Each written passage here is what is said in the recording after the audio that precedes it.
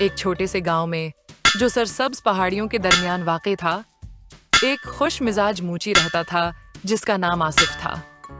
उसकी छोटी सी दुकान एक बांस की बनी हुई छतरी थी जिस पर नीली चादर लगी थी, जहां दीवार पर जूतों की कतारें साफ सुथरी तरतीब से लटकी होती थीं, मरम्मत के इंतजार में। आसिफ अपने हथौड़े और धागे के साथ महारत की वजह से दूर दूर तक मशहूर था, लेकिन वो अपने अजीब और गरीब साथी, एक गाय जिसका नाम गोरी था, की वजह से भी इतना ही मशहूर था। गोरी कोई आम गाय नहीं थी।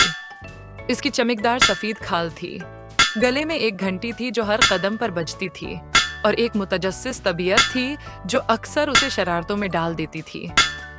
आसिफ ने उसे बिछड़े के तौर पर पाया था, गांव के किनारे पर छोड़ा हुआ, और उसे पालने का फैसला किया था। बरसों के दौरान गोरी उसकी वफादार दोस्त बन गई, हर जगह उसके पीछे पीछे चलती, यहाँ तक कि उसकी दुकान तक। हर सुबह आसिफ अपनी दुकान लगाता, अपने औजार एक बुनी हुई चटाई पर रखता और गोरी को करीबी खंबे से बांध देता।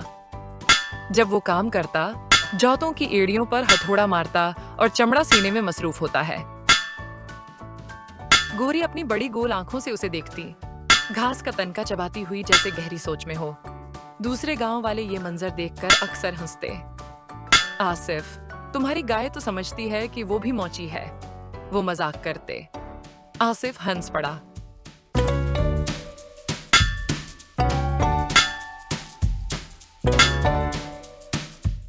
क्या तुम उन्हें पहनना चाहती हो? ये जूते इंसानों के लिए हैं, गायों के लिए नहीं।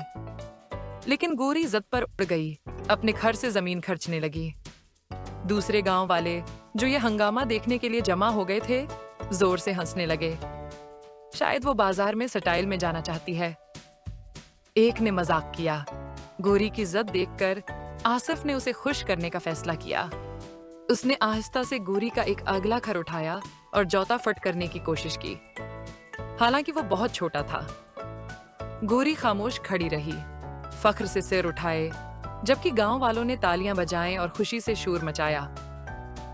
इसी वक्त एक छोटा लड़का बिलाल, जो अक्सर आसिफ के लिए छोटे मोटे काम करता था, दौड़ता हुआ आया।